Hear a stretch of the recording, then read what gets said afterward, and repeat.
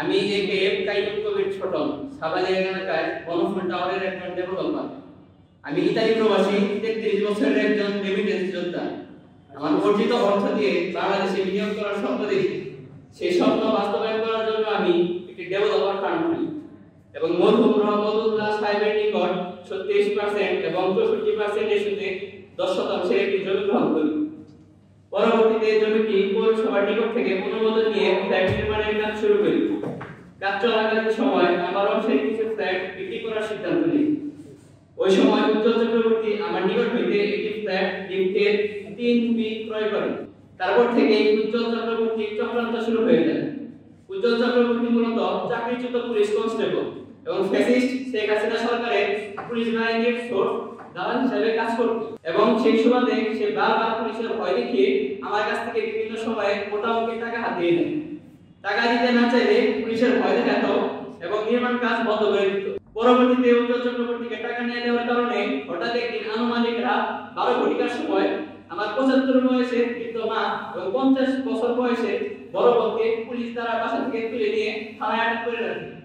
আমার মা একজন অবসরপ্রাপ্ত প্রধান শিক্ষিকা এবং আমার বড় বোন একজন কর্মরত প্রাথমিক বিদ্যালয়ের প্রধান শিক্ষিকা। এরপর থানা থেকে উজ্জ্বলের সাথে আমাকে আপোস করতে বলে। পরে উজ্জ্বল চক্রবর্তীকে 2 লক্ষ টাকা দিয়ে আমার মা ও বোনকে রাত 2 ঘটিকার সময় থানা থেকে বের করে আনা হয়। শুধু তাই নয়, এর কিছুদিন পর পুনরায় সে আমার রাজমিস্ত্রি সাত্তারকে পুলিশ দ্বারা আটক করে। তখন উজ্জ্বল চক্রবর্তীকে 1 লক্ষ টাকার বিনিময়ে রাজমিস্ত্রি সাত্তারকে ছাড়িয়ে আনা হয়। এভাবে টাকা দিলে কাজ চলতো, না দিলে কাজ বন্ধ। 10 তলা ভবন নির্মাণের সমস্ত কাজ শেষ হলেও অল্প কিছু কাজ সে ইচ্ছাকৃত বন্ধ করে রেখেছে, যা অদ্যাবধি করতে দিচ্ছেন না। কেউ সাংবাদিকবৃন্দ, জাতীয় বিবেকগণ, পরবর্তীতে উজ্জ্বল চক্রবর্তী আমার কাছে 15 লক্ষ টাকা দাবি করে। আমরা কোনো উপায় অন্তর না দেখে তাকে 5 লক্ষ টাকা দিতে সম্মত হই, কিন্তু সে বলে যে এই বিল্ডিং এর কাজ সম্পন্ন করতে হলে আমাকে 15 লক্ষ টাকা দিতে হবে। পরে আমরা অপারগতা জানালে উজ্জ্বল চক্রবর্তী আমাদের বিরুদ্ধে মিথ্যা মামলা করে নির্মাণ কাজ বন্ধ করে দেয়।